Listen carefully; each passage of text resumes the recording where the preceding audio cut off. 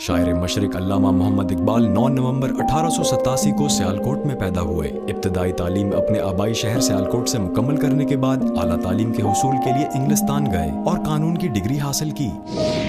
अल्लामा इकबाल ने Munich university Germany से PhD की डिग्री हासिल की। उन्होंने वकालत को अपने पेशे के तौर पर अपनाया। पेशा वराना सलाहियत और तालीमी काबिलियत की बिना पर बरतानवी हुकूमत की तरफ से सर का खिताब भी दिया गया। अपनी शायरी से बर्रे सगीर के मुसलमानों में फ़िक्र आज़ादी उजागर करने की बात हो या 1930 में अलाहाबाद का मशहूर सदारती खुतबा, हर मौके पर आप आज़ाद वतन के अलमबरदार रहे। तसव्वुर इकबाल और कायदे आज़म की अनथक कोशिशों का इंतज़ार